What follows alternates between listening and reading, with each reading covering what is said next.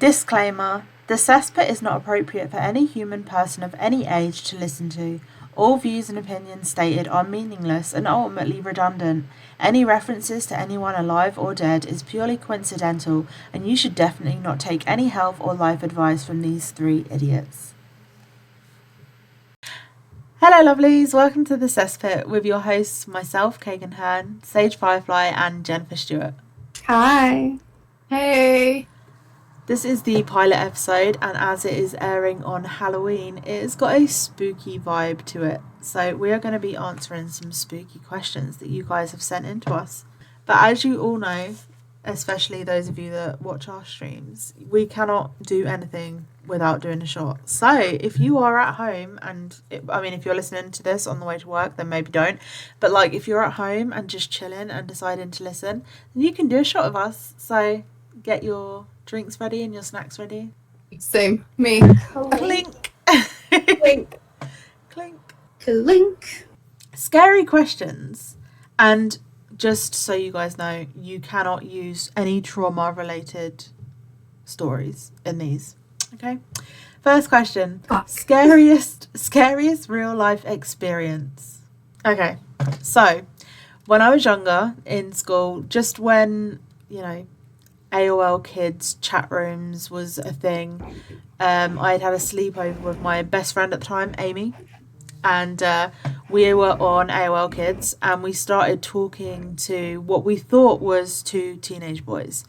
This was back before you could send pictures or anything like that, and it was pretty heavily moderated, but like we didn't really realise the risks of the internet at the time, and so. If you remember AOL Kids or AOL chat rooms, like there was a cut-off point where the chats would close down and you couldn't talk past a certain time, especially on AOL Kids. And so me and Amy, who were having a sleepover and were feeling a little bit like, risky, were on this AOL chat room and we were speaking to these two people that we assumed were our age, these two boys that we thought were our age. And me and Amy gave them our numbers and they started messaging us. They sent a picture to our phone. I think we had like a Nokia, what was it called? The Motorola Razr at the time or some shit like that. Like the old school. That's so old. It might have been like a Sony Ericsson Walkman. I don't know. Like that was even older. Yeah, well, I did have a Nokia 3210, so We went through it. We went through the ringer. But anyway, we were just chilling and texting these two boys. And they were like, do you want to meet up? And we were like, oh, that sounds cool. We're like, I don't know. We had just started high school. So I think we were like 13 or something. And we were like, we're going to meet up with these two boys. We'll sneak out and go meet them. And so we had every intention. When I tell you we were dressed and ready to go. And these two boys were like, we're driving down now, like, we're getting a lift. And we were like, okay. But then when we were about to leave, because they asked us to meet them, like, on the side of the road, we were like, I just got, like, a really bad feeling in my stomach. And I said to Amy, I was like, just, like, work with me for a second here. So we turned off the lights of the living room so, like, we could see out, but nobody could see in. And we opened the blinds and we just watched, right? And this car pulls up. And luckily, because we didn't give our address, we gave the address to the house opposite us. Because I was like, oh, what if they knock on our door? Because I was like, yeah, it was smart, but it wasn't for that fucking reason. We were just like, oh, what if they knock on the door and they wake my mum and dad up? It was like that. But that's less smart. Okay, but it worked out smart, right? And so we went and looked out the window and we see this car pull up, right? And like no one gets out. We get a text saying, we're here, where are you? And we were like, oh, can you knock on the door? Because we started feeling like quite iffy about this. And then I swear to God, like there was nobody in the house that was opposite us. It was our neighbours and they were away. But this man gets out, like really tall, lanky man. And we're like, what the fuck? And so we message and we're like, who is that? And they were like, oh, that's our cousin. We're like, oh. And then they're like, are you looking out the window? And we were like, yeah, we can see you. You just knocked on our door, right? And then they were like, come downstairs, come outside. And we're like, oh, we will in a minute. We're just waiting for our parents to fall asleep. and this man is just hovering around him. But to us, he looks like he could be like a grown man, or he could be a really tall teenager. We don't know. But then we're still watching, and two more men get out of this car and are just standing there, and we can hear them shouting at each other, and they're like getting really pissed off. And then our phone starts blowing up, and we're watching these fully grown men. And I mean, whilst one of them could have passed for a teenager, maybe the one that got out of the car first, the other two were like full on like skinhead, like big beer belly, like grown ass men. And they were ringing me and Amy, and me and Amy are sitting there just watching them, and they're constantly trying to ring us, and they're swearing, going apeshit, and me and Amy just kind of sat there in fucking terror, and blocked their numbers until they eventually obviously got bored and left. That was fucking terrifying. It didn't stop us from doing so much stupid shit after that anyway, but yeah, that was a wake-up call for sure. That's insane. Mm-hmm. Oh my god. To this day, we talk about it. I'll be like, Amy, do you remember? She was like, yeah, we nearly died. I think I'll go next, because I only have one that comes to mind that isn't trauma related. Okay. So when I was younger, about like, I don't know, between 6 and 10, there were a lot of tornadoes in Alabama, and they would constantly go like pass through or touch down in like the residential area that my mom and I lived with a family friend. And I don't remember if we were going to or coming back from the job that she worked at, but I had to go with her. But we were driving, and a tornado had touched down, like, freaking... I don't know where it touched down, but it was very close. And so we stopped at a gas station to get, like, a snack and gas and stuff. And I shit you not, I don't know if it actually did, but I shit you not, it sounded and felt like the tornado passed through, like, the street, going past the gas station. Bloody hell. And yeah, and there was hail, and there was shit whipping around, and the car was shaking and everything. And I remember my mom told me to put my head between my legs and use my blanket that I carried around everywhere at the time to cover myself up. That way, if the glass got broken or anything, it wouldn't it wouldn't scratch me. Mm-hmm. And the car just shook around violently for like 2-3 minutes. And then silence. Nothing. That's fucking And I remember crying my eyes out, and my mom's like, all right, we're going home. Like, and ever since then, I've been terrified of tornadoes. Yeah, like, see, I've never experienced so one, so, like, I wouldn't know, but, like, they look genuinely fucking horrifying. Mm-hmm. If you get sucked into one, it is very likely for you to die, actually. Yeah, I'd like, even if you're in, like, a car or something, like, it can crush the car and compact it. Jesus. I think I've watched a couple of documentaries on, like, storm chasers. I watched one about, there was a dude that died, who was a storm chaser, and he died, and it was actually really sad, but I can't remember what it was called. If you guys remember or know what I'm talking about, please put it in the comments below, because my brain is not working today. Jen, what about you? What's your scariest real life experience? Okay, my scariest one happened about 5 years ago. I had just got off work at Arby's. We all decided, me, Shane, and my old friend, Gabrielle, we thought it would be a perfect idea to go into the holler that we used to camp at and try to camp out and just smoke some weed and chill out and kind of just relax as I have the weekend off. Oh, this gets terrifying. So, we're just, we make our way down to the holler, and we set up our tent. We had a tent. We had brought a laptop to watch, some funny clips we had downloaded on a flash drive, and just to hang out and chill. So we get our tent set up. We forgot about one thing of starting a fire. So after, the sun started going down and everything got real dark, real fast. So we're sitting there, and we had smoked a couple bowls, and we were just watching funny videos and just chilling. Well, then we hear this car come down the holler, and it was maybe 11, 12 o'clock. It was kind of creepy, but we were like, maybe they're just coming down here, to hang out and, party, because it's a holler. That's what people do around here. So we hear it stop, though, and obviously we are all high, so we get paranoid. But we hear it stop, and it's, like, kind of outside of our tent. And we just kind of get quiet and kind of listen. Well, eventually he finally drives off, and he goes up the road a little bit, but he turns around and points his headlights at our tent. What? Mind you, my car is like... Oh my god. My car is, like, kind of near the tent. It's, like, I'm going to say maybe 10 feet from the tent. So, like, we parked really close, so that way just in case anything happened. But when he went up and pointed his headlights at the tent, we started freaking out immediately. We're like, okay, something in our gut is telling us this is completely wrong. Something's going to happen. We're terrified. We need to go. Then immediately, we all have to pee because we're so terrified. And we're like, I'm not going out. We're not going out. We didn't build a fire. We didn't start a fire. It's completely dark. So we all try to peek out of our tent just through this little tiny hole.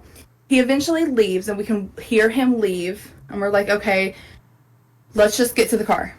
Let's just get into the car and see what we hear from there. Before we even try to make it out of the tent, you can hear 2 gunshots go off. What? And we're like, we've got to go. Oh my Something God. is wrong. Like, you could just feel it in your bones. It's that feeling that something's wrong. So we all kind of just 1, 2, 3 it, get to the car, and we're sitting there. We had left everything in the tent. We left the tent up and everything. We're just sitting in the car trying to figure out what to do next. Then I had turned on the car, turned on the headlight, so we had some kind of light, because we were like, we have a little bit of a game plan that I'm going to turn on the car, turn on the light, and we're going to get the tent broke down really fast and put it in the car. Well, then we're both sitting there. Forget the tent.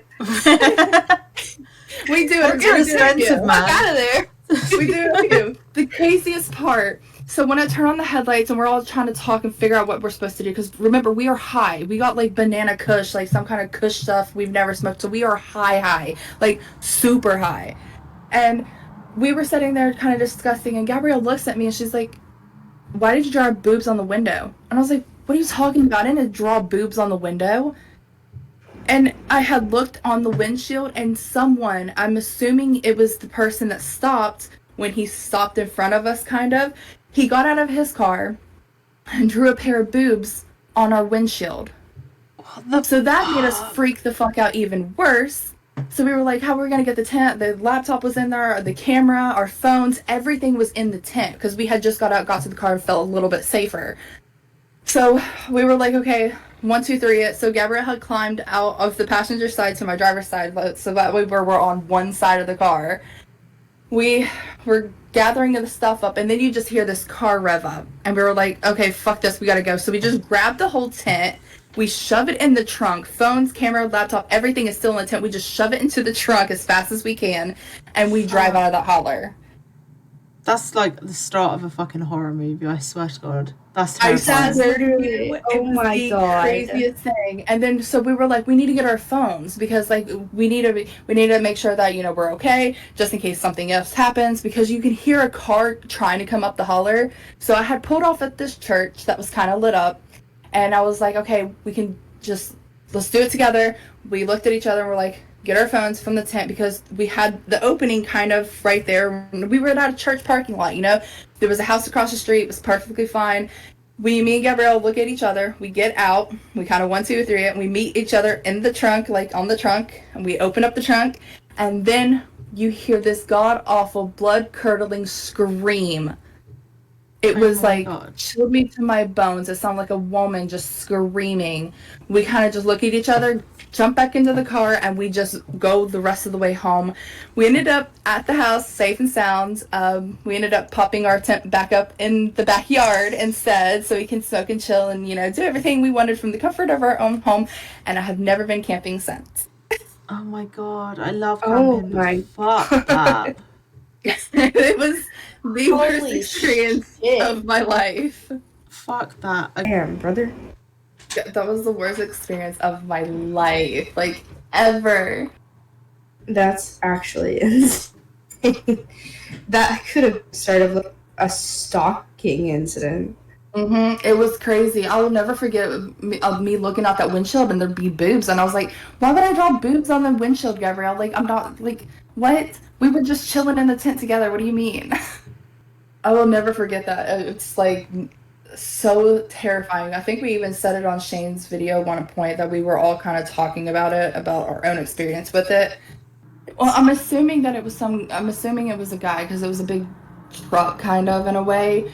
So we're assuming it was a guy and he heard us and how we were giggly and could smell the marijuana, obviously. I think that, I don't know if he was trying to scare us off or what, but it sure fuck worked if he wanted to scare us off.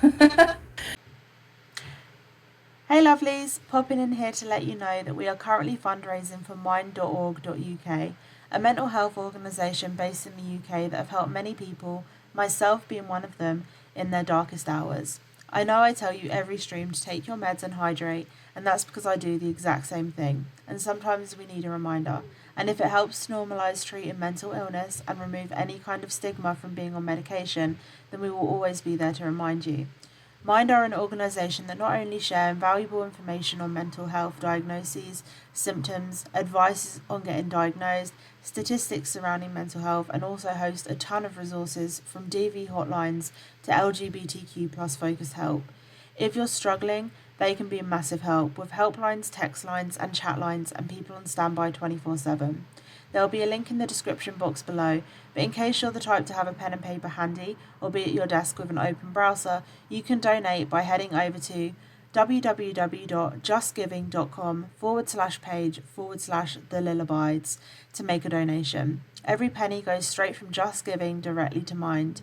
You can check Mind out at mind.org.uk, and please remember that if you're in crisis, dial 999 or 911 if you're in the States, and please reach out to someone. You're loved, you're valued, and you deserve help and healing. Thank you, Mind, for all that you do. And with that, let's get back to the podcast. Wait, so did you find out, like, who screamed or if it was, like, anything to do with the car you saw? Absolutely nothing. We have no idea to this day. No idea what the scream was. It was like a church that was kind of lit up, and then across the street was like not an old Victorian home, but it was an older home, and it was really like 2 or 3 stories tall. It was really nice looking home, had candles in the window. It just something about the blood curdling scream was just like, yeah, we out. Yeah, yet again, we out. That's terrifying. It wasn't like just one experience. It was like one after the other in the same night, which was just terrifying. Yeah. I would have done the same thing. Just grab the entire fucking tent and just throw it into the car. Yep. I am gone.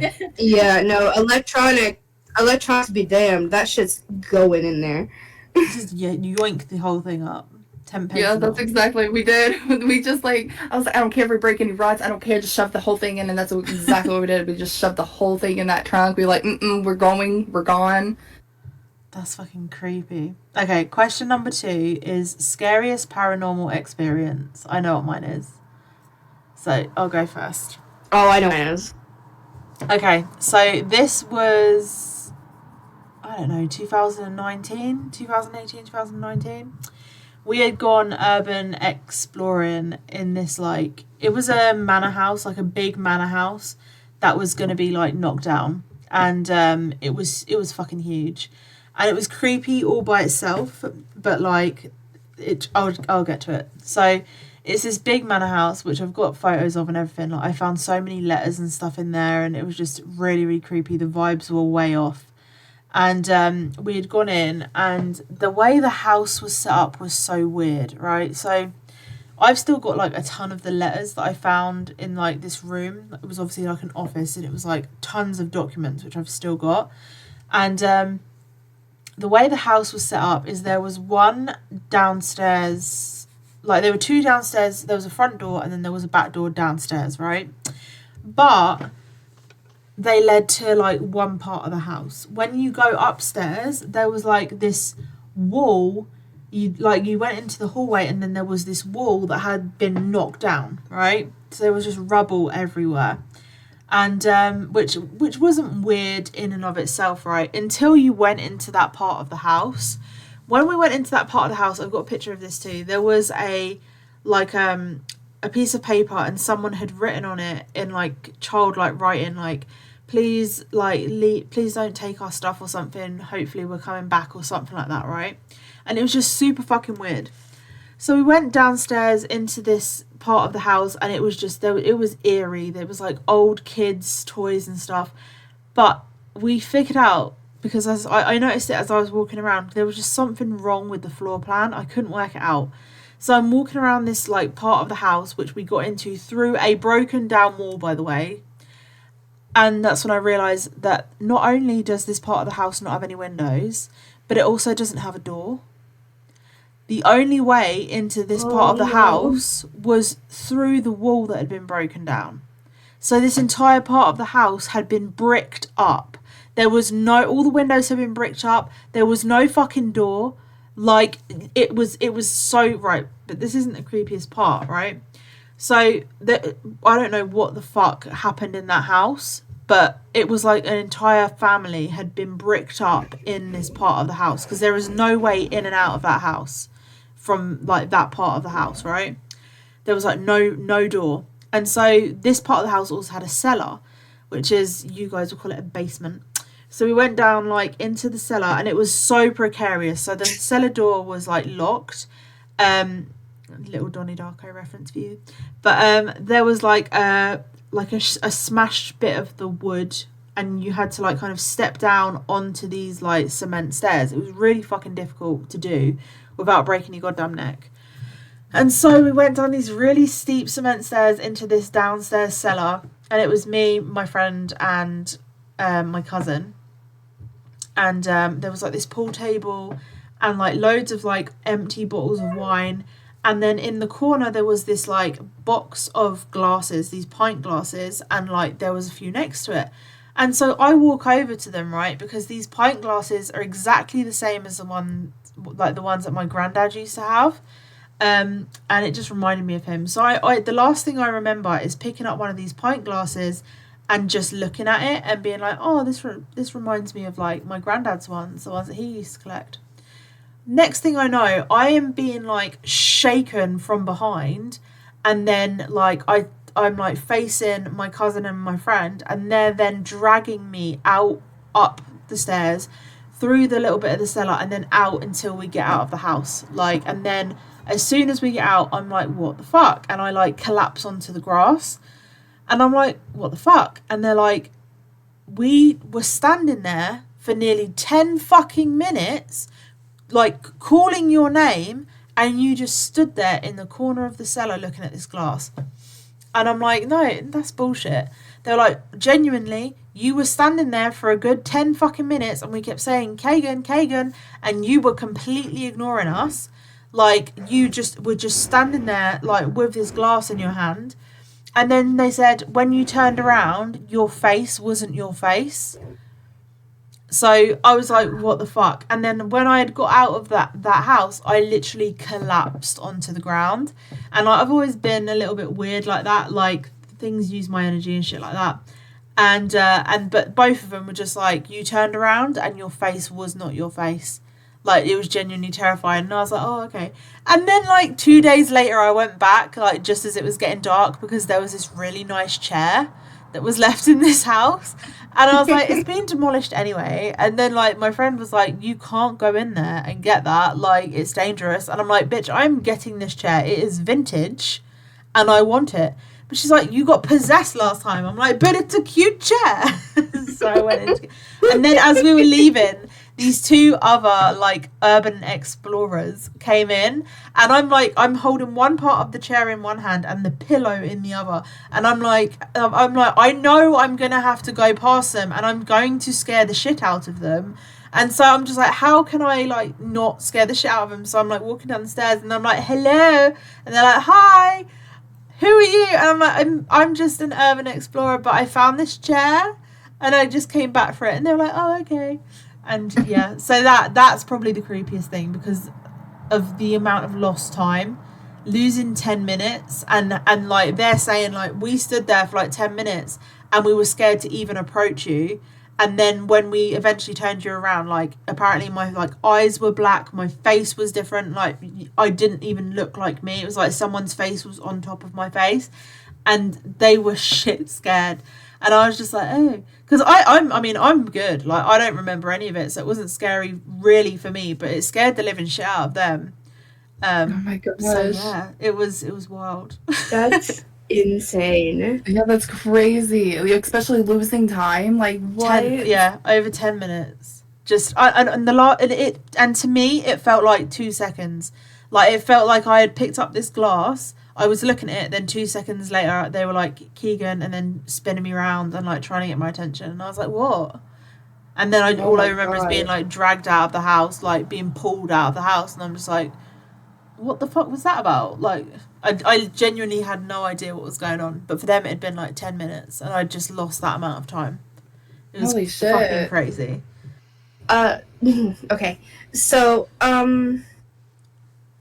I was about 10 or 11. It was around the time that my mom and I lived with my stepdad's family, you know, before they fell in love and stuff. And I was sleeping in a room that my mom and I shared at the time, but it was just me. Like, they were playing cards or whatever out in the living room and stuff. And I had, you know, I went to bed like normal, and then I had very suddenly woken up, and in the dream that I had, I went up to this mirror that was on the wall, which I had that mirror for like a few years later. But this mirror that was on the wall, in the dream I went up to it and I looked in it and I saw what I could only describe as a demon. A few hours prior to me going to sleep, my now stepbrother had said something about how mirrors are kind of like a portal to like the demon world. Like, there's a veil there, and at a certain point at night the veil can open up and you can see them. So obviously that was a nightmare for me, and I'd woken up very suddenly, and me and my stupid dumbass was like, I wonder if it's true. So it was like 3 fucking a.m. And and I go up to this mirror. Like, yeah. And so I go up to this mirror and I'm like, ain't no way. Ain't no fucking way. So I turn off my nightlight, make it completely dark. The only light that's shining is the street light outside. And I look in the mirror, and at first it's me. At first it's just, you know, 10-year-old me just, you know, chilling. I'm like, ain't no way. So then I start to turn away, and out of the corner of my eye, I see some in the mirror kind of shuffle. Ooh. I was like, oh, that's not supposed to happen. So I look back at it, and it's me, but like, it's a demon, if that makes sense. Oh my god. It's me, but like with the tiny little horns. It's got like, if you think of like the way a demon's face looks, is like that, but on top of my face. And I sat, but I stood there for just a second. I was like, that's insane. And so I started doing like movements, because I didn't believe that what I was seeing was truly there. I did movements to see if the reflection would move, and it did. And then it fucking jumped at me. Fuck that.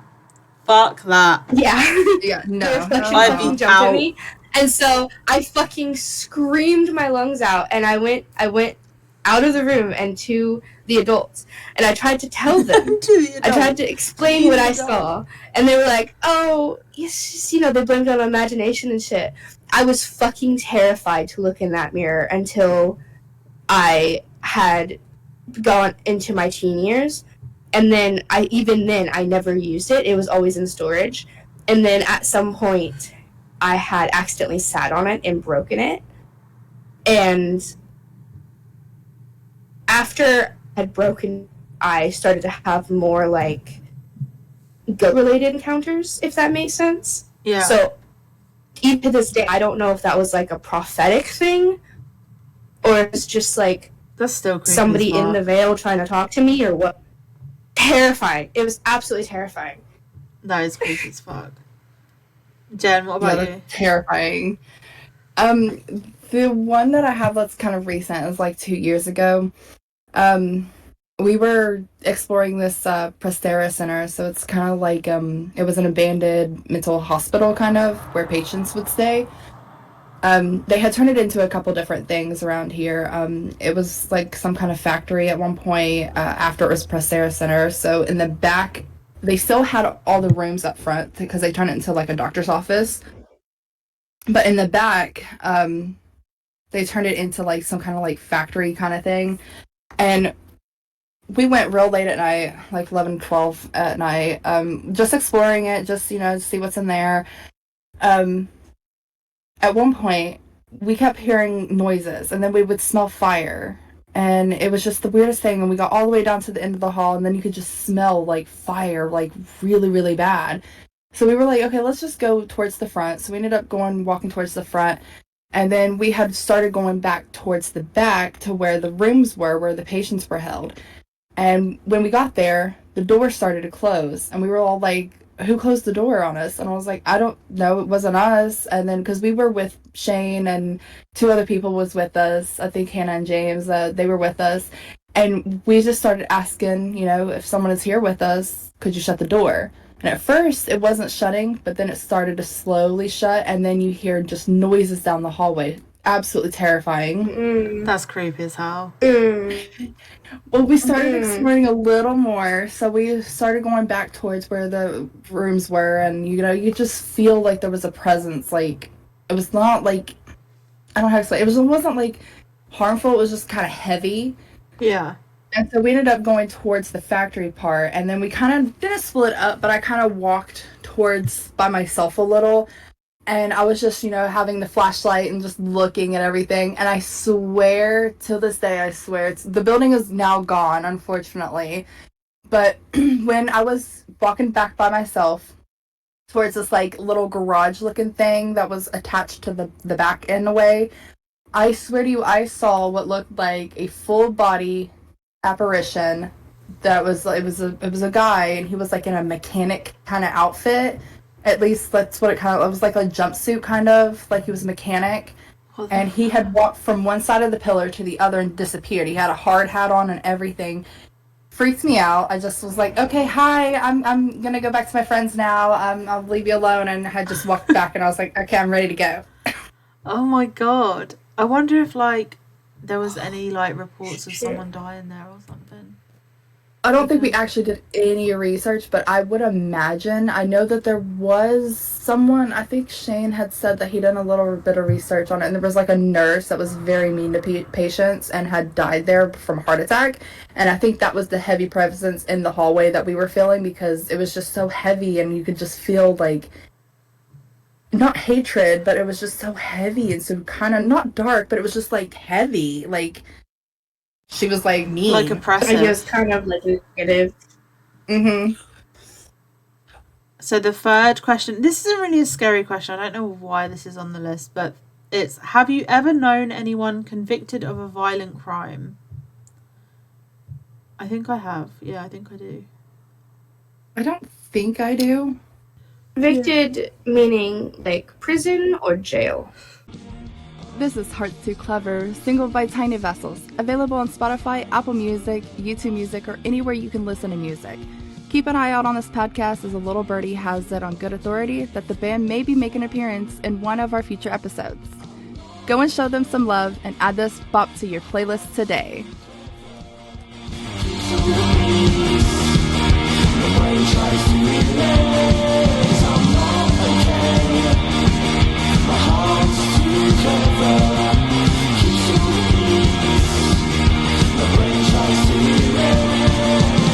Anyone convicted, so they were found guilty. Anyone found guilty of a violent crime? Yeah, then. Okay, question number 4. Are you afraid of the dark? Why or why not? So I would say I'm not scared of the dark at all. But it really depends on where I am in the situation. Like, I don't know. I like right now in my entire house is pitch black, except for the fairy lights on the wall next to my bed and the little fairy lights that are above my streaming nook. But like I'm not scared of the dark, but I have to have like my TV on when I'm sleeping. I'm afraid of silence. That's what it is. It's not the dark that bothers me, it's the silence. I need to have something on the TV. But like, no, I wouldn't say I'm scared of the dark. But it depends on circumstances. Like if I was in like a pitch black forest, I would probably not feel great. Like, and if I was surrounded by people, I'd probably feel better. Like, again, circumstances. Yeah, I think it's more circumstance for me because I'm like not afraid of the dark, but I'm afraid of like what's in the dark. Yeah. If that makes sense. Yeah, no, that's exactly what I would say.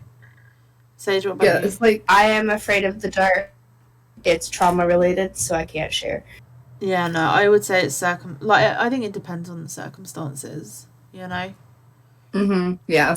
I just recently found out actually that I'm afraid of the dark, and that's one of the reasons why I feel so easy when, I'm in like a dark area. What's weird is I never used to be scared. I never used to be scared of the dark when I was like a kid. Like I never slept with like a nightlight or anything like that. Like I think it was like just later in life. Like when I realised that I couldn't sleep without having, because I have to have my TV on a very specific number so I can, like if I listen for it I can hear it, but it doesn't disturb me while I'm reading or whatever. It's just on in the background, if you know what I mean. Yeah, like background noise, that's the same. Like I have to have something like playing while I sleep so that way I'm not like, I want to say alone, but like the silence. Yeah, no. I don't like the silence either. I think having the TV on is a little reminder as well that the world is still turning outside. Like everything is good because the true crime channel is still on. Like everything is good Exactly. because there's no breaking news. So yeah, I'm good like with the dark. It's just like I need to know that like there's something going on outside of me, like so the TV's on or whatever. Number 5. Does your hometown have any scary stories or legends? We do. We have a pretty good one, actually, my hometown. So, yeah. So I can go either way because where I was born, it's like Luton and Dunstable. It was in literally the Luton and Dunstable hospital. So I'm going to go with the legend from Dunstable. And so basically what that was is we have a church in Dunstable called Priory Church, and there's another church which is like not too far from it. Priory Church is like a beautiful little church, but there's this other church which is like, through the grounds and then like across the road. It's hard to explain, but and then we also have this like little hotel which is known as, I think it's, what the fuck was it called? The Old Palace Lodge, right? And it was like, it's a really historic town, so it had something to do with like Henry VIII or something, like coming through the town, and then he stayed in the Old Palace Lodge or something like that. Anyway, so there was something to do like with, I think it was like the people in the monastery were getting killed for not like transitioning to the Church of England, because remember Henry VIII was like, he wanted a divorce, so he was like, well then I'll create the Church of England so I can get a divorce, right? So he was basically like targeting, correct me if I'm wrong, but he was targeting like anyone that wouldn't like switch to the Church of England. But so there are tunnels that go all under Dunstable. So they lead from Priory Church to the other church and then to the Old Palace Lodge, and then they apparently like have like gone off in branches to like all over the town. And the one that you can't get access to them at all. The two in the church have been like bricked up as far as I'm aware, and the one in the Old Palace Lodge has been put behind a fireplace, and no one has access to them. But basically monks used to like, the people that used to like go in the monastery, they used to use the tunnels to like get out of the church and like get like away when like something like that. So there's this legend that there's like a load of dead monks like all the ghosts of dead monks that just like wander the tunnels underneath Dunstable. Oh my gosh. Yeah, we have quite a few like creepy like local legends and stuff around here, but like that one's always been the coolest to me because I've always wanted to. I would love to go urban exploring and find those tunnels and actually go in them. I think that's That would cool be as fuck. amazing. Yeah, I'd be so down. same, fucking same. I just had to Google it because I didn't know if there were any like urban legends or anything for Alabama. There is. It's called the White Fang. Ooh, that sounds like a beer. Apparently it's been described as basically like an albino Bigfoot that is also a cannibal.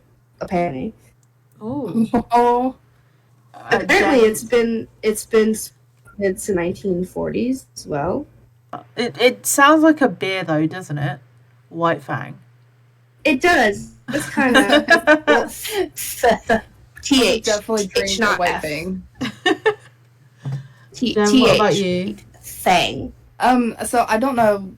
My hometown really don't have any, but technically where I'm near West Virginia, my favorite one though is the Mothman. It's only less than an hour away from me, so it's been my favorite legend ever. You lucky. I watched such a good Mothman is documentary near on it. you. On that fucking legend. There was a documentary that I watched on it, and basically what it was there's like issues with like runoff and stuff that was happening from like nearby factories, and there was like issues with the bridge that was made, and what was happening is there was so much corruption like in the area that there was like people being paid off, so like the waterways were getting like polluted and like corners were being cut on the bridge and stuff like that, right? And so like the bridge obviously collapsed, and then like the waterways and stuff, and like there was loads of stuff that was going on with that, and like there's like a whole, who did it? I think it was Josh, what's his name? But there's like a whole theory that like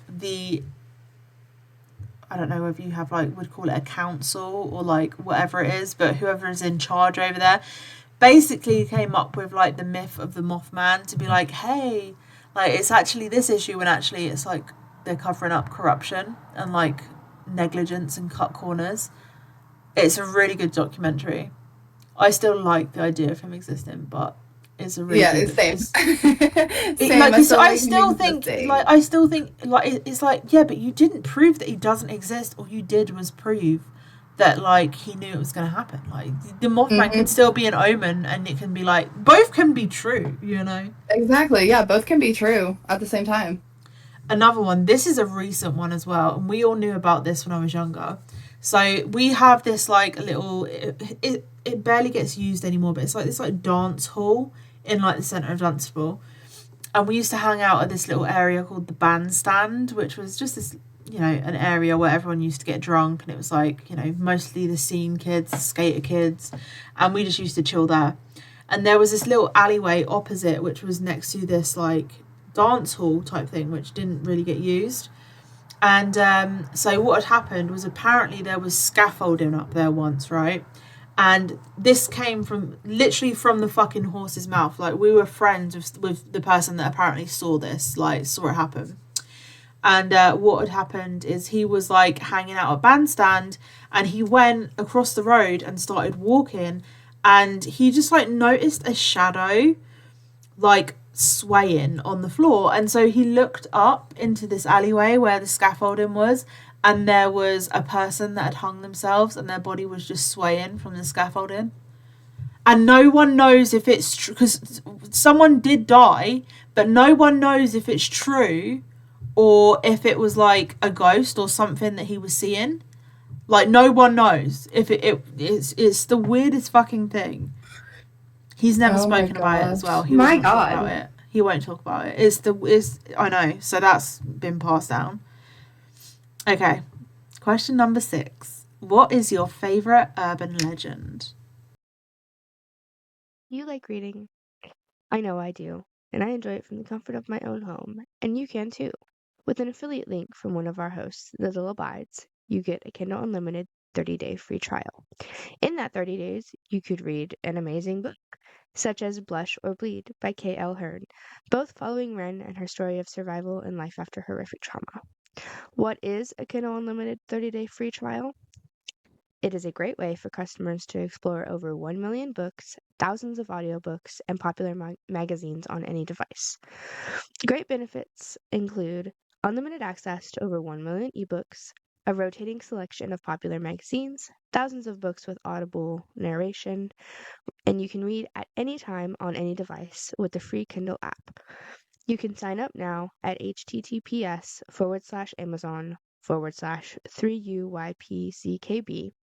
Again, that is https://amazon/3UYPCKB. Also, the link is in the description below. Thank you. Happy reading. Mothman. Mothman. I found another one. I was Two just doing a little questions bit go of research. hand in hand. I was doing a little bit of research. Apparently, Ohio's creepiest urban legend in Ohio is apparently that a town was terrorized by a werewolf in the summer of 1972. Oh, yeah. They found paw prints in the outside the windows. Yeah, so I don't know, werewolf might be my favorite one so far. I mean, love Mothman. I don't know, I've got a few. So I love the Roanoke urban legend, like the whole colony disappearing. Oh yeah. That's always intrigued me. Then the Dyatlov Pass one, where all of their tents were like torn open from the inside and they had all like ran off into the snow and then they died, and like some of them, the way they had died was just fucking insane. That one's always interested me. And then the Wendigo. I also kind of like the one about I don't remember what it is exactly, but it's like Marie Laveau haunting her old house. My aunt was there. That's where she bought my tarot deck from. So they have like a little like museum area, but they also have like a little shop in there. And she went in there and he said, the person that was working the desk turned around to my aunt and was like, "You're looking for a tarot deck for your niece?" And my aunt was like, fucking wait. My aunt was like, "That's exactly what I'm looking for." And he was like, "It's this one." And he handed her it, right? And my aunt had like 2 others in her hand. And she was like, "Which one is she going to want?" And so obviously my aunt like messages me and like takes pictures. And she's like, "Which one of these do you want?" And I was like, "That one, obviously." And it was the one that he had picked out for me. That is the tarot deck that I use for everything now. And it is never fucking wrong. It has never been wrong. God. And he literally was like, "She wants this one." Like the second my aunt walked in there, he was just like, "You're looking for a tarot deck for your niece?" And she was like, "Yeah." And he was like, "It's this one." That's crazy. I have like a coin from there as well with her face on, and I was just like, "Oh my fucking god." It's insane. It's the best tarot. I've never been wrong with it. Genuinely. Our Sage, when I did a tarot reading on Sage. Sage, what did my tarot... Was I wrong in anything on that tarot reading? Oh, no. Shit's going all the way according to plan right now. I love that. That is like amazing. everything that's happened in my life since you've done that tarot reading, the good, the bad, all of it, has been correct. Even like things that I'd said and Sage was like, "No, that's not going to happen. Like, not at all." And then it fucking happened. And I was like... I'm never wrong. Right down. Not with this day. Right down to like the whole. Oh, there's a guy that's gonna try to get in between you and your partner. Right down to that, and then that happened, and you called it. Basically, told said guy off. I would say my favorite urban. I do love the Wendigo. Is that an urban legend? The Wendigo? I would say so. I think so, yeah. I think it's one of the creepiest. Oh, but Goatman as well. Yeah, Goatman. Oh, the Hook and Bloody Mary. Yeah. And what was it? Is it Dogman as well? Is that the one that sits at the end of your bed? I think it started as a no sleep or a creepypasta. That's always been creepy to me. Mm-hmm. Oh yeah. I think it's right up there with like the Hat Man and stuff. If you take too much of Benadryl, it's in that same like area. I've never kind seen of that. bordering on urban legend, kind of bordering on like creepypasta, but like enough people have experienced it for it to be more of an urban legend. Yeah. Okay, question number 7. What is the scariest nightmare you've ever had? One that's stuck with you. I'll start because I know, because it fucking stuck with me, right? It's not even scary, it's just how. Okay. So, scariest nightmare I've ever had, and it wasn't really. Okay, yeah, it kind of was. So, my granddad had just died. He had just died. If you know me, you know my granddad was like the light of my life. He was like my father figure. He was incredible. Like, he taught me how to read. He taught me how to write. Like, I wrote the entirety of the Three Little Pigs when I was 3 years old. Like, my granddad was like, he taught me all about computers. Like, he was awesome, right? So I loved him so much, and I stuck by his side and watched him die of cancer for like a year. And it broke all of our hearts when he died. So I went to bed the night after he had obviously been taken away. And it was before the funeral, but we had gone to see like his casket, just gone to see him like in situ and just say goodbye or whatever. And we went to bed that night, and I had this dream, and it was me and my entire family and my granddad, and we were all running, and behind us we couldn't really see what it was. It was like, I've always associated it with like zombies, but it looked like a moving black cloud, but like it was like you could hear the rumbling of footsteps, and they were running at us, right? And so we're all running, and ahead of us in this like massive mountainside is this like vault door. And so we're all running, and all of us are fucking screaming and crying, and like we get to this like massive vault door, and we all get inside, and then I turn to close the door, and my granddad is like standing at the door, and I'm like, come in, and he says no, and he just smiles, and then he pushes the vault door closed, and there's this little window on the vault door, and I could see his arms move to show that he had locked the vault door, and he just smiles sadly, and then the entire window is just covered with the black mist.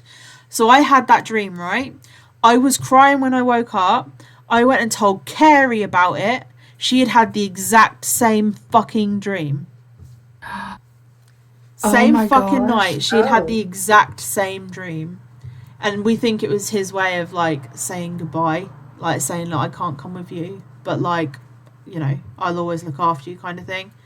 But we had the, like, to the most minute detail, me and Carrie had the exact same fucking dream. That's crazy. I know. Mine has kind of something to similar. It wasn't really a nightmare. It was more like my grandma. She's been gone since like 2015, but I'm in her room. She owned this trailer before my mom, and so I'm in her room of when she lived here. Yeah. So it was really not scary. She was more like checking up on me and making sure that, you know, telling me that everything was okay, because I had in my dream I had said something, and she was telling me, you know, everything that was going to be okay, and she was asking me about my mom and about Zach, and, you know, just asking, you know, this and that. But then she always, like, growing up, she always had like diabetes and, you know, blood sugar issues. So one of the traumatic things that happened, not to trauma dump or bring trauma, is she would not pass out, but her sugar would drop. So one of the memories I have is her like kind of passing out a little, but like being coherent. So that was one of the things that was like I known for her to like grow up around. So in my dream though, she ended up kind of like dropping down to the ground. I'm like, "Are you okay? Let me go get mom." She's like, "No, honey, I'm okay. I'm fine. Everything's fine. You're gonna be fine." And like she kind of patted my hand, like she always said, telling me I was gonna be okay. And she patted my hand, and I immediately woke up, and I saw her. When I woke up, like I saw her face, and then it just disappeared. Like it wasn't a nightmare, but it was more like that stuck with me. Like I dreamt my grandma, and then like I saw her face for like a split second. Yeah. That's very, what it like, feels like a don't worry, I'm still here, like I'm still looking after you kind of thing. Yeah, especially I was, you know, just came out of a lot of fucking shit, a lot of shit a year ago. Yeah. It's so bittersweet. Mine is definitely a nightmare. Once again, I'm like 5, 6, 7, somewhere around there. And at the time, I was still in the same place with my mom, living with a family friend. And at the time, for whatever fucking reason, my room was in the closet. Fucking Harry Potter. Sorry. You're a wizard, Sage. And so I was fast asleep, and for some reason I thought I woke up. I thought that I had woken up. I still don't know if I did to this day, but I thought that I had woken up, and I was looking at the wall because my bed was up against the wall, and I saw my mom's face in the wall for some reason. That's so weird. And my mom's face in the wall was becoming distorted and melty and like horrific, like as if she was melting in front of me. Oh my gosh. And so then I jumped up. I know for a fact that I was awake, and then I jumped up, and then I went to my mom crying, and I touched all over her face and stuff. She was like, what is wrong? I have work. And I was like, oh, I had a bad dream. And that dream sticks with me. Like, I still have that dream every now and then. Like, it still pops up every so often to where I see her face melting. And it also transfers to other people as well. Like, I've had the same dream, but you guys' faces melting. That's so crazy. Yeah. I don't know what it is. I don't know what the fuck is up with that. Right. Question number 8. Ever had sleep paralysis? What was it like? I fucking have. Oh my god. Okay. As someone that lucid dreams all the fucking time, I have. Oh my god. So this was when I was coming off of diazepam, and I was at the time sleeping in my guest room because in my head it made sense to me, like all of that like negativity and stuff as I was coming off of the meds and like weaning myself off and getting clean. I wanted it like not in my bedroom. So like whenever I'm really ill, I will go and sleep in the guest room. That way like it kind of like keeps my bedroom clear of like negative energy, if that makes sense. So I was sleeping in the guest room, and I had just got over like laryngitis. I think I just got over laryngitis, and I just felt like pretty rough, and I was coming off of diazepam. I was weaning my way off, and I was in bed and just genuinely thought I was still awake. So the last thing I remember is like just lying there, and my phone was on the pillow next to me. And so I'm awake, the TV is like on, I can see the TV is on, I can see that it's like a true crime documentary, and I remember it was about Breck Bednar, and I was just like, I could see that was on. I saw his face and I was like, I remember that because I used to do like true crime on Tumblr, so I remembered his face. And my phone was on the pillow next to me, right? And so I'm lying there and I realise I can't move. And in the corner of my office where it's like really fucking dark, there was movement, and I'm like, what the fuck? And so I start panicking because this movement is getting closer towards me, and it's like this really tall, like lanky frame, like it's like, and I'm like, what the fuck? And so I can't turn my head, but I can see just by glancing to my side that my phone is on the pillow next to me, and I can see that like there's a true crime documentary of Breck Bednar on. And so I'm like trying to, with all my fucking might, just to get my phone so I can call my aunt. And I'm like trying everything I can to move, and I can't. And this thing is getting closer to me and closer to me and closer to me. And like I'm starting to be able to like move my neck, like just such a minuscule amount, right? So I can like turn to like get my phone.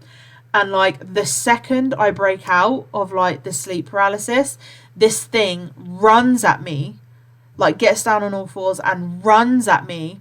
And then the second it hits my bed, I'm like grabbing my phone, if you know what I mean. And then I'm like, oh my god, I just had sleep paralysis. That's so fucking weird. Like I was obviously unconscious the entire time until I looked at the TV, and the documentary that was on was about Breck Bednar. It was the same documentary I was just fucking watching. Like, it was the same documentary that I could see in my sleep paralysis. Oh my gosh. It was fucking terrifying. It was fucking terrifying. I've had a lot of creepy experiences with sleep, but it was fucking terrifying. That last split second, like where I was breaking out of it, and it was like, when I tell you it was like that, right? And in that split second, I like literally moved my arm to grab my phone so fast, and I saw this thing in the corner of my eye drop down onto all fours and then just like scuttle across the floor towards the edge of the bed. And like I grabbed the phone, and then that's it. I was awake and I could move and I could sit up and I could breathe, and I was just like, oh my fucking god. And then I was like, oh, that relief, like, oh my god, I was dreaming. And then I realised that, like, one, I've picked up my phone, and two, the documentary that I saw when I couldn't move was actually on the fucking TV. That's insane. It was so fucking creepy. It was so fucking creepy. So I don't know how to explain this without introducing trauma. So something happened to me at some point in my life, which you guys will probably find out the longer we do this podcast. Yeah. And it caused me to have to go cold turkey off of the substance that I was abusing, which was Tylenol PM for the diphenhydramine. Mm-hmm.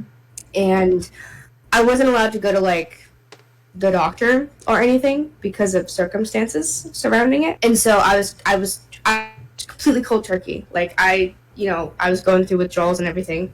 And when it came to sleep, it was very, very hard to get to sleep. Like, there were often times when I would be up for days at a time because I was in so much pain. And I think that the sleep deprivation had a lot to do with the sleep paralysis. Mm.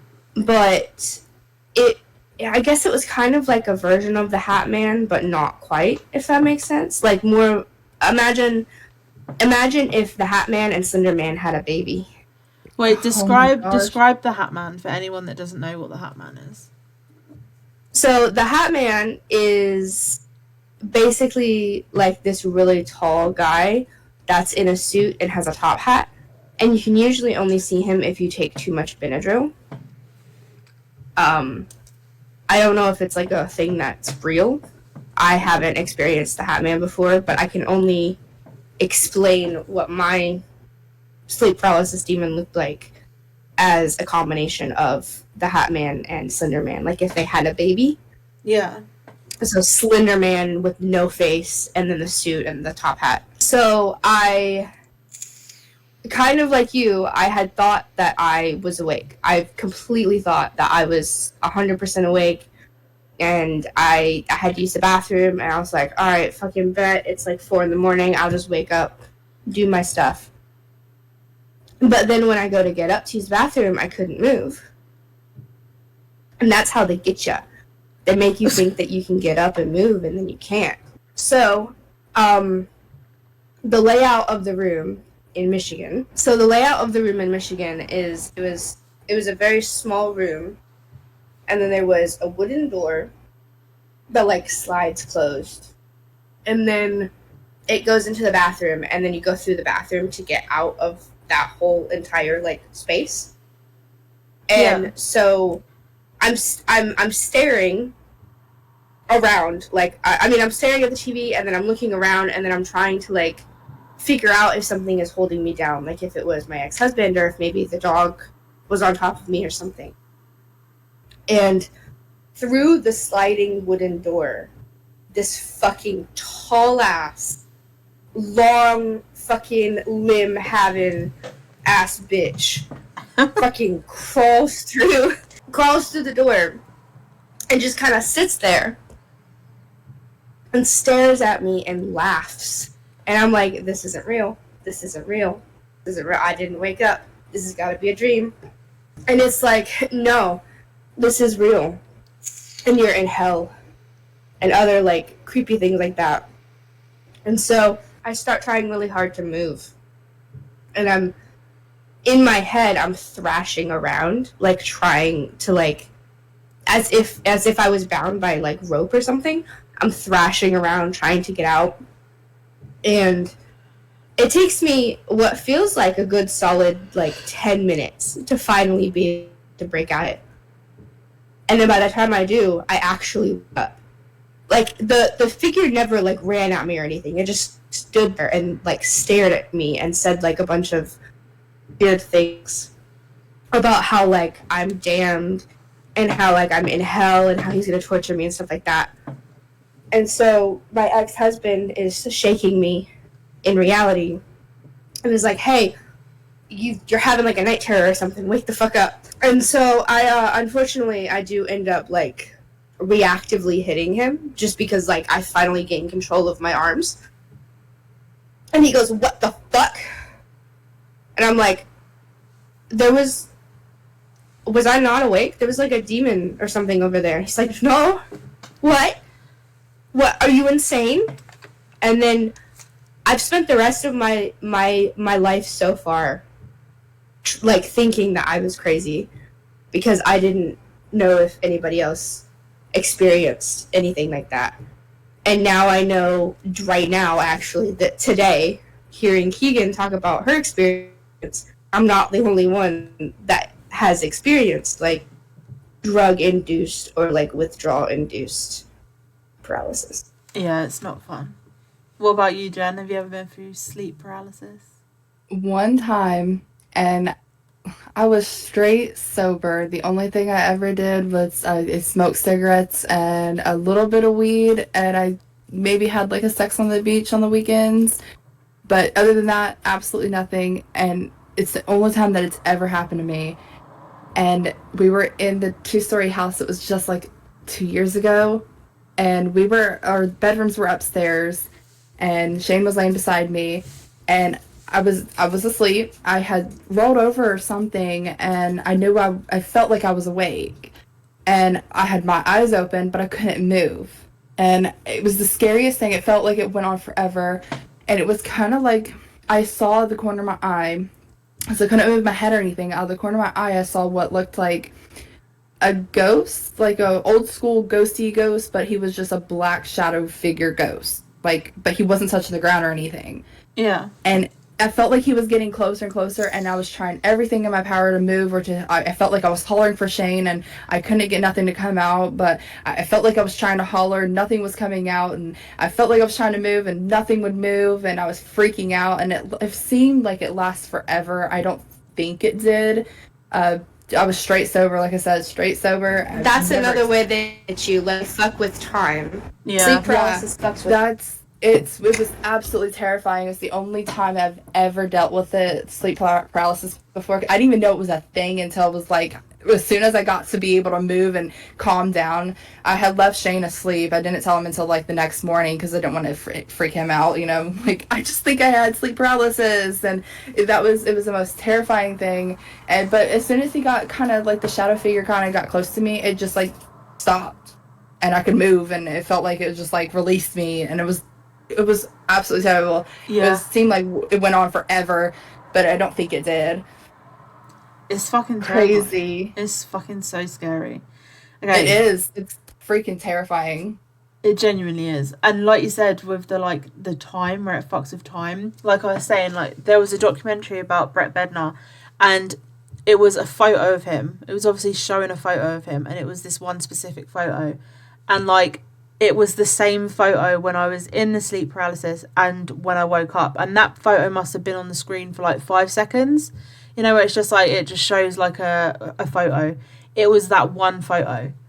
Mm-hmm. And I was just like, it seemed like it go on forever, but it probably wasn't. It was probably like 5 to 10 seconds. Yeah. But it felt like when you're in that moment, it absolutely is terrifying, and it feels like it's forever. And I'll never forget it because it was my first ever sleep paralysis thing. I haven't had it since then. I swear that house was haunted too, because you would hear noises and shit. Like, so I'm just blaming it on the house. I'm blaming it on the house, that the house just like hated me. But it's fine because they drank my drink before. It makes me wonder if the 10 minutes that I felt wasn't really 10 minutes.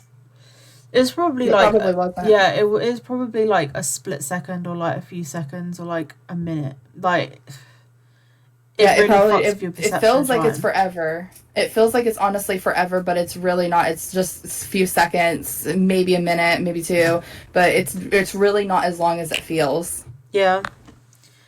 It's like they That's say, what like, makes an it entire terrifying. dream. They'll say, like, you know, how you can feel like you've been having a dream the entire night, and it's, like, literally, like, a 10-second thing. Okay, we've got 2 questions left. So, the next one is, what's the strangest thing that you've seen? I know what I'm gonna say because it stands out in my brain. I've had a few, like, there's 2. I'm gonna say 2 because I can't choose which one's weirder.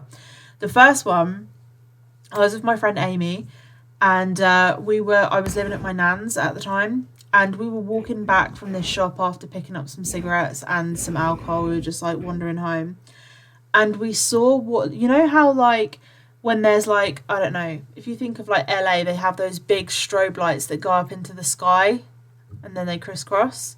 Oh yeah. Okay, Yeah, so yeah. it was like that, but it was like it was coming down from above the clouds. It was these, like, 2 really strong, like, lights that were just, like, hovering above the clouds. It was like these 2 searchlights it wasn't penetrate. The light wasn't penetrating the clouds. It was like we could see these beams of light, and then it was being stopped by the clouds. And so me and Amy were like, that's fucking weird. And so we're walking and we're watching, and the lights start moving with us, and we're like, what the fuck? And so we get so scared, we run back to my nan's, right? And go to the back door, and these 2 lights are just, like, there in the sky. And then all of a sudden we saw 4, like, little lights that look like planes, all 4 at the same time, go into, like, a formation, like a straight line formation, stay there for, like, 5 seconds, and then zip off in different directions. I was with my ex at the time, and I called him and I was like, can you come round, because I think we were just nearly abducted. And then this is when I just moved into my flat in Potton, and I hadn't put my curtains up yet. It was like my first night staying there, second night staying there, I can't remember. But I had, like, a ground floor flat, and from where you look out, like, you can see, like, the houses opposite, but, like, in the distance there's this army base, yeah. And so you can't see it from looking out the window, but, like, it's just in that general direction. Well, like, one night Marley will not settle. He would not settle. And Marley's my dog, by the way. Marley will not settle. He, like, is just getting really, really antsy. He keeps staring at the window. He's literally sitting on the foot of the bed, just staring out the window and just, like, whining. And I'm like, what the fuck? And so I'm like not really paying attention because I'm, like, reading and I'm trying to go to sleep. And I'm just like, just settle down, Marley. But then, like, I'm like, what? Like, does he want to go out? And he doesn't. He doesn't want to move, right? Because Marley will tell me if he wants to go out. He'll tell me if he wants something. He's just sitting there staring at the window. And so he comes over to me and he kind of, like, digs at me. And then he goes back to where he's sitting, and then he comes over and digs at me. And I'm like, eventually I'm like, oh, what the fuck? So I look over to where he's looking, and I see him just, like, staring out the window. I look out the window, and in the window there's this light, right? And it is so fucking bright. Like, I'm thinking it's like a helicopter or something, but it is not moving. It is just like this circular beam of light. And then all of a sudden it splits off into, like, 5 or 6 different lights, and they just zip out, right? Like, zip out, and that main light stays in the middle. And then all these little lights that are just zipped out of this main light start zipping around. And I was like, and to the point where it's not a plane. Planes can't fucking move like that. They're moving so fucking fast. Like, it was unreal. And so I'm like, what the fuck? So I walk over to the window and I'm trying to record on my phone, but my phone is not picking that up for shit. And I'm like, what the fuck? So I call my nan and I'm like, Nan, like, I'm seeing some shit. And she's like, where's it coming from? And I'm like, it's coming from this direction. And she said, yeah, that's where the army base is. And I'm like, that's so fucking weird. I, to this day, stand by that a fuckload of UFOs were over the army base just, like, watching. I don't know. I have never seen, like, the fact that it was like it started as one beam and then all of these little lights just, like, came out, zipped out, and then they were zipping around, like, and I'm like, I'm sorry, no fucking plane can move like that. That is the fucking strangest phenomenon I've seen. I was just like, 100% aliens, fucking aliens. So Not even a jet can move that fast, and jets are supposed to be, like, the fastest plane. Yeah. Seriously, it was so fucking weird. What about you two? What's the strangest thing you've seen? You've ever seen? I've seen a zombie deer before. A zombie deer. which is actually a real thing. Apparently, there's a parasite. There's a parasite that deer can get. What, It's like it affects like deer like the Last of Us type elk shit? and stuff like that. Bordering. It doesn't affect humans at the moment though. Like it hasn't progressed, but they can get this parasite that eats away at their brain, and essentially they're walking zombies. Yeah, so I've seen one, and it was so fucking weird because it looked. I don't remember where I was. I don't remember who I was with, but it was a while ago. It was a couple years ago, and this baby deer, this little teeny like not like super like newborn, but like small, and it it kind of stumbled out of the woods, and its fucking mouth was foaming, and there was like blood coming out of its eyes, and it was kind of confused and aggressive, and it came out in front of the car as if it like wanted to die. And so I got home, and I still don't remember where I was, but I remember seeing on the news that there was actually like kind of a small epidemic of deer just kind of becoming zombie-like and then dropping dead. And I didn't know that was a real thing until Cinder, my partner,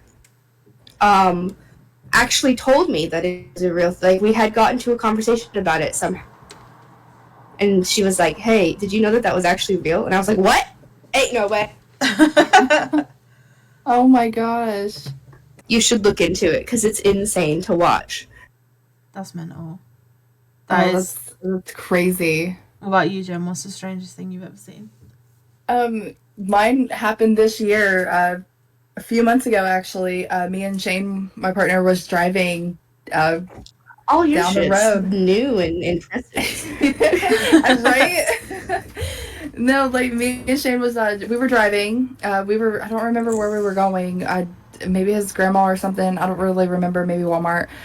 We were just driving, and out of the corner of his eye, he ended up seeing, he was like, wow, that plane is really low. And I had just looked over in time, and it looked like a huge airplane in a way. But then in a split second, it was gone. Immediately, like, as soon as I looked, it was gone. It was the creepiest, biggest, weirdest, but it didn't look like an airplane, though. It looked like a round, but it was big as big as an airplane, but it was like kind of round, and it was just there for a split second. It was so creepy, so weird, and we were like, I'm glad both of us saw that because like no one would believe us. Yeah, that's fucking It was just weird. And then immediately when we looked, like he had noticed it, said something. I was like, whoa, that is huge. And then we went past the tree, and it like disappeared. It was gone as soon as we saw it. Oh my god. It was creepy and weird, and I was like, I'm so glad both of us saw it, dude, because, like, no one would have believed us. Okay, final question. If a zombie apocalypse happened, what 3 things would you want with you?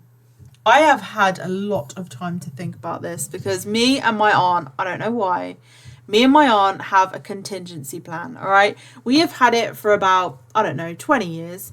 Like, if there is ever a zombie apocalypse, we have a plan of action. We know what the fuck we are doing, okay? We have a plan. So, my 3 things, one of them is my machete. One of them is a multi-tool. And one of them is a map of the UK. That's a good 3 things. Honestly. Yeah, I was gonna say those are actually really good 3 things. Thank you very much. I have an entire fucking plan. I have a whole ass plan. Like, I know that there is like a water tower near me that runs on solar power that has also been converted into a house. So like the water like is like constantly being like, what is the word? reused, but like the water in the tower is like reused and recycled and stuff, and then it makes it drinkable and blah blah blah. The solar power means that like you never have to worry about electricity going out because it's powered by solar. 3, it's a fucking water tower, so like you have the door, which is a hefty fucking door, and there is no windows until you get up to like the top like 3 floors, and it's also surrounded by like a 10-foot brick wall. So we were like, right, that's where we're fucking going. Everyone get in the fucking car. We're going to that fucking water tower. And that's where we are holding up. Ain't no zombies getting into a fucking cement water tower.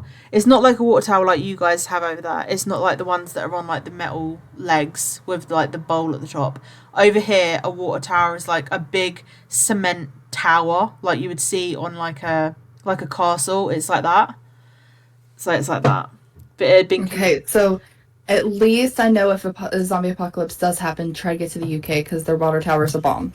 And also, we'd be brilliant as a team. So if a zombie apocalypse happens, we all have to make sure we're together so we can kick ass and take names. Yeah, because I was just going to say nicotine and some phones for some games, and I was just going to chill. I'm just going to just head to the pub and wait for all this to blow over. Yeah, maybe some alcohol. I'll bring the snacks. See, and stuff like that we could just find. The snacks, the nicotine, and some games. Yeah, but we could find snacks. We could find nicotine. I'm sure we could find alcohol. Like all of that stuff we can like scavenge for. Like if a zombie apocalypse happened, what would I want in that moment? It would have to be the map, the machete, and a multi-tool. It would have to be. I don't know though, maybe a form of transport. But then I could find a form of transportation. If we're talking about 3 things that we would want that we would never lose, I would say those 3 things. Because everything else you can kind of find. Do you know what I mean? Or you can figure it out. True. But a weapon, a multi-tool, and a map, like especially a map, because also there is an island in like this tiny little like island. There are so many little islands around the UK. But there is one in the Lake District, which is in the middle of this massive lake. Provided these zombies can't swim, yeah, we could go to this little island and that's it, we're set.